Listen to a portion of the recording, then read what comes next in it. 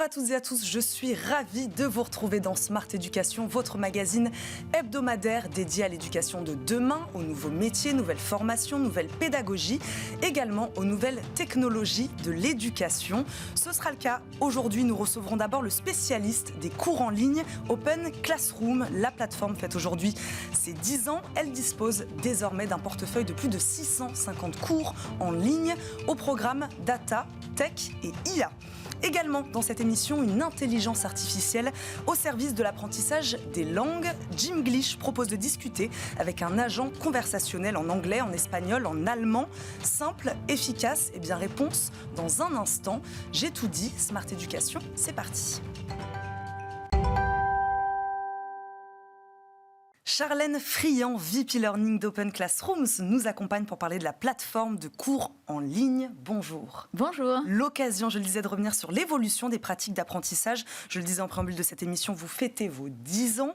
Comment, Charlène Friand, vous avez vu évoluer la formation sur des compétences, donc plutôt, on va dire, sur des sujets numériques, et comment vous avez aussi évolué avec cette formation-là?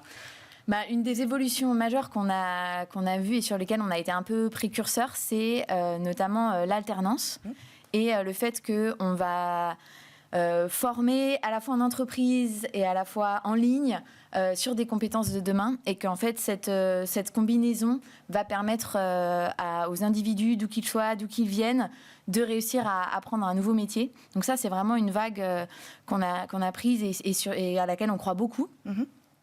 Et après, on pourra en parler en détail, mais tout a changé dans la formation depuis 10 ans. Ouais. Les contenus, les modalités pédagogiques. Voilà. Nous, ce qui reste en tout cas, l'ADN d'Open Classrooms, c'est vraiment, on est une entreprise à mission, on a l'ambition de rendre l'éducation accessible. Et donc, en fait, on fait changer tout sauf ça. On garde le cap de dire quelle formation peut proposer aux gens, à toutes et à tous, quel que soit leur genre, leur âge, leur origine. Vous le disiez, Charlène Friand, en effet, l'écosystème de la formation a bien évolué en 10 ans. On peut dire que vous étiez peut-être un peu pionnier à l'époque, en tout cas sur ces sujets-là. Aujourd'hui, vous direz que l'offre de formation au métier du numérique, puisque c'est un peu le sujet, elle n'est pas saturée du tout. Vous avez votre place et vous avez quelque chose à apporter. Bien sûr, elle n'est pas saturée parce que les besoins des entreprises en matière de compétences sont là et l'envie des gens de se reconvertir ou de se former ou d'accélérer leur transition professionnelle, elle est là. Donc nous, on vient juste répondre à ce besoin-là et un petit peu faire se rencontrer ces deux mondes. Et donc non, je pense pas du tout que c'est saturé. Et après, moi je crois au modèle aussi qu'on propose, à la pédagogie. Alors dites-nous en plus un petit peu sur ce modèle. Justement, on va peut-être voir une vidéo s'afficher quand on se connecte sur Open Classrooms. Donc vous le disiez, dédié donc aux professionnels. Oui. Aux étudiants aussi, peut-être aux demandeurs d'emploi. Aux demandeurs d'emploi, énormément. On se connecte sur la plateforme. Ouais. Qu'est-ce qu'on peut y trouver alors ? Alors, on y trouve deux choses différentes. Ouais. La première, c'est des cours gratuits, disponibles à toutes et à tous, en ligne, sur des sujets notamment du numérique. On a des nouveaux cours sur l'intelligence artificielle si vous voulez vous former. Ça, c'est la première brique si on veut compléter un petit peu son profil. Et on propose des parcours de formation si vous voulez apprendre un nouveau métier, si vous voulez vous reconvertir ou développer vos compétences. Et là, c'est un système de pédagogie par projet, hyper concret.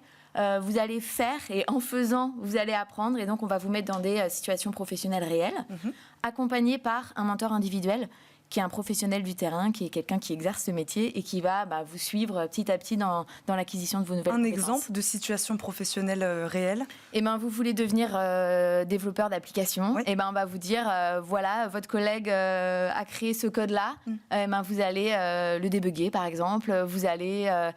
et en fait, on vous laisse en situation et on vous donne bien sûr les ressources, les cours, etc., pour y répondre, mais ça va être vraiment... On est axé employabilité. Et donc, il n'y a pas de théorie pour la théorie, il n'y a pas de... Voilà, il y a... C'est quoi la situation professionnelle à laquelle vous devez pouvoir vous adapter ?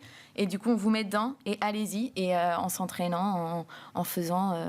on y arrive. C'est comme apprendre le vélo, quoi. C'est pas faut y aller, quoi. Faut se lancer. Vous parliez, Charlène Friand, d'intelligence artificielle. Ça, c'est un peu un nouveau sujet que vous traitez. C'est quoi l'idée ? C'est un sujet qui était demandé particulièrement aujourd'hui par les apprenants, par les entreprises? C'est un sujet qui est demandé par les apprenants, par les entreprises, et c'est un sujet sur lequel nous, on considère qu'il faut absolument qu'on forme 100% de nos étudiants. Sinon, on ne peut pas dire qu'on les forme aux compétences de demain. Et donc, nous, on a, dès la fin de l'année dernière, proposé des modules de formation pour tous nos étudiants, quel que soit leur parcours de formation.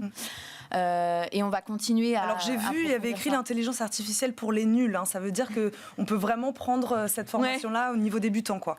Bien sûr, vous parliez des 10 ans d'Open Classroom. Avant, c'était le site du zéro pour dire qu'on pouvait... Voilà, on part de zéro, il n'y a pas de souci. On vous prend là où vous êtes, avec ce que vous connaissez, et puis on vous emmène là où vous voulez aller. Bien sûr, on prend... Le but, vraiment, c'est de dire, quel que soit ce que vous savez... ce que vous avez appris ou pas à l'école, ce que vous avez appris ou pas dans votre expérience professionnelle, pas de souci. On vous prend là où vous êtes et on vous donne les clés pour que vous puissiez atteindre les objectifs que vous voulez, et notamment en matière d'intelligence artificielle. On a des cours débutants sur les fondamentaux de l'intelligence artificielle générative comme ChatGPT, etc. Vous l'utilisez d'ailleurs un petit peu, l'intelligence artificielle, vous en parlez, vous l'utilisez chez Open Classrooms? On l'utilise tous les jours. Ouais, bien sûr. C'est incontournable. C'est une révolution qui est très rapide et qui est énorme, bien sûr. On gagne en productivité grâce à ça, et donc on l'utilise au jour le jour, et c'est pour ça qu'on veut que nos étudiants l'apprennent dès maintenant. C'est pour qu'ils se retrouvent, qu'ils soient capables en fait d'exercer leur métier d'aujourd'hui, avec les compétences d'aujourd'hui et ce qu'on leur demandera en entreprise. Et ben voilà, on va terminer là-dessus. Merci beaucoup Charlène Friand d'avoir répondu à nos questions aujourd'hui dans Smart Education. Je rappelle, vous êtes la VP Learning d'Open Classrooms. Vous fêtez vos 10 ans. Bon anniversaire. Merci. Et puis on souhaite bonne vie à ce modèle. Merci beaucoup de nous avoir accompagnés aujourd'hui. C'était un plaisir. Smart Education. On passe tout de suite à notre deuxième EdTech. Parler avec une intelligence artificielle pour apprendre une langue, c'est l'idée de Gimglish et de sa CEO qui nous accompagne aujourd'hui, Héloïse Gertmann. Bonjour. Bonjour Eva. Bienvenue sur le plateau de Smart Education. Héloïse, mettre l'intelligence artificielle au service de l'apprentissage, c'est quelque chose que vous avez perçu très tôt, je crois au début des années 2000, 2003, 2004. Comment ça s'est passé à l'époque ? Tout à fait. Gimglish existe depuis 2004 et donc ça fait 20 ans que la première Learning Series est parue. C'est quoi une Learning Series ? Une série d'apprentissage pour apprendre les langues, où on a créé tout un univers, des épisodes décalés avec humour, et aussi une brique technologique d'intelligence artificielle.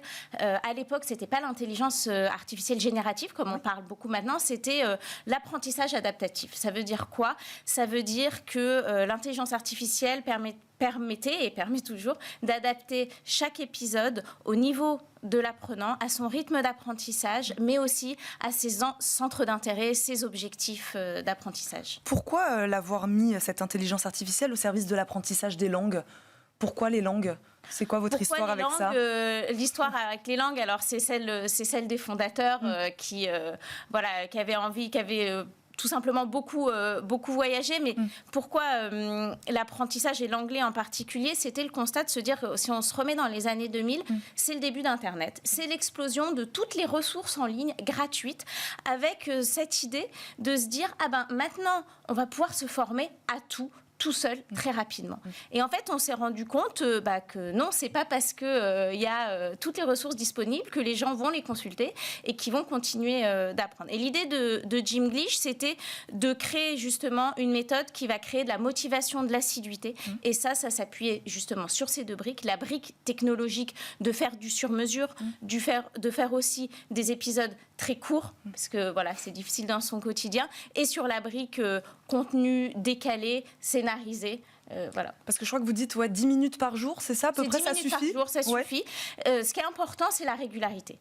Que ce soit pour une langue en l'occurrence, et pour beaucoup de domaines d'apprentissage, c'est la régularité, c'est ce qui fait l'ancrage mémoriel dans le long terme, de retenir sur le long terme. Vous disiez tout à l'heure, elle a de l'humour, cette intelligence artificielle, dotée d'une personnalité, d'humour. Comment c'est possible ? Comment c'est possible ? Pour nous, c'est très important. Comme je vous disais, on a créé des personnages, en fait, une histoire avec des personnages qui ont chacune une personnalité, et selon nos langues, une personnalité différente. Et on sait qu'on apprend beaucoup mieux, en fait, quand on s'amuse. Et donc, ça, c'est vraiment... on parle de chat, on parle d'intelligence artificielle et on parle de chat GPT.